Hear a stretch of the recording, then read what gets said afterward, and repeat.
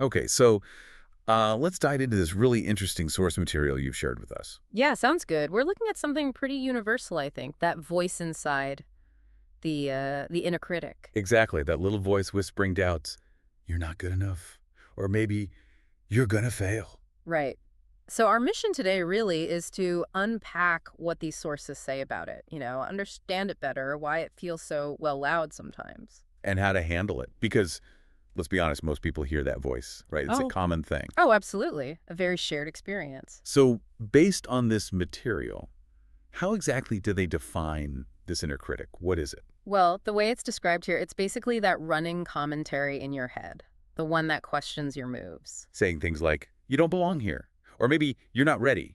Like, Exactly, those kinds of things. Or just the flat out, you'll probably fail anyway. It's doubt focused. and the sources make a really key point here. It's not your intuition speaking, is it? That's different.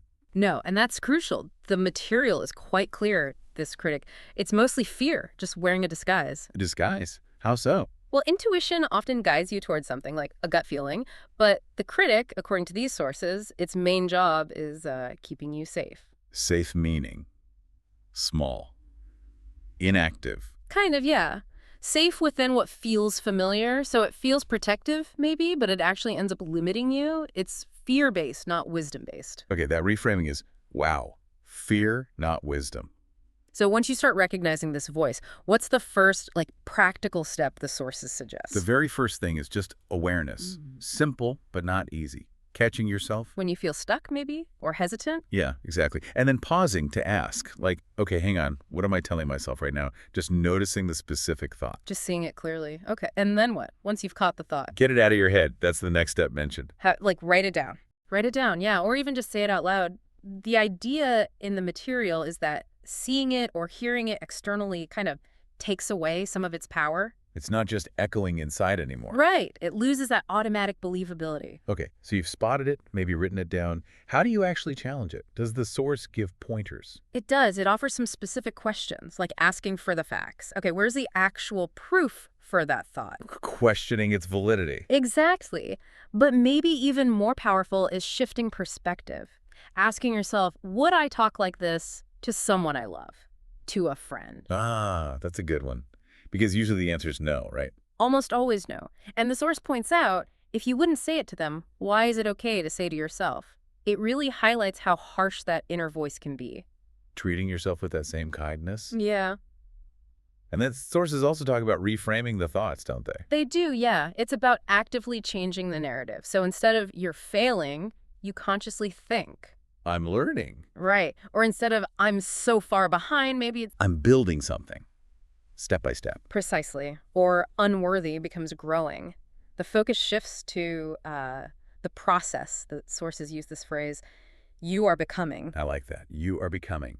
So even when you challenge or reframe, that voice might still pop up. How do the sources say to respond then? With kindness, self-compassion. That's a big theme. It's not about yelling back or trying to totally crush the voice. Because that might be impossible anyway. Yeah, Yeah. instead it's more like acknowledging it but not obeying it. The sources suggest saying something internally like, okay, I hear you, critic. But I'm choosing to grow anyway. Exactly that. It's an active choice to move forward despite the fear or doubt. And this self-compassion, the material, frames it as a strength, right?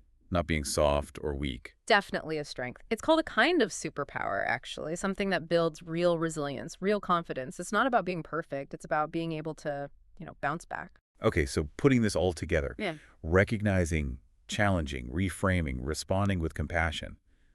What's the payoff? What happens, according to these sources? The main outcome, motion, action. You stop being quite so paralyzed by it all. So you actually apply for the job or launch the thing. Yes, or speak up in that meeting. You stop waiting until you feel perfectly ready or fearless, because that might never happen. You just start being real, showing up as you are. The power comes from the movement itself. That's what the sources emphasize. Power comes from motion, from taking action even while that voice is still murmuring. So you don't need to defeat it first, or even fully believe you can succeed. Nope. The material's really clear on this. You don't have to believe the critic. You don't have to obey it. Just show up anyway. Act anyway. Wow. So for anyone listening, if this sounds familiar, Mm. if you've battled your own mind like this, Well, these sources make it clear you're not alone. Not at all. And crucially, the way you talk to yourself isn't set in stone. You can actually change it. You can shift from being your own critic to, well, your own supporter. And that brings us back to the core idea from this material, doesn't it? You aren't just that critical voice. You're bigger than that.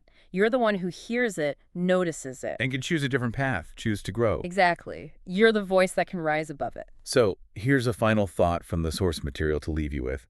Don't believe everything you think. Instead, believe in who you are becoming.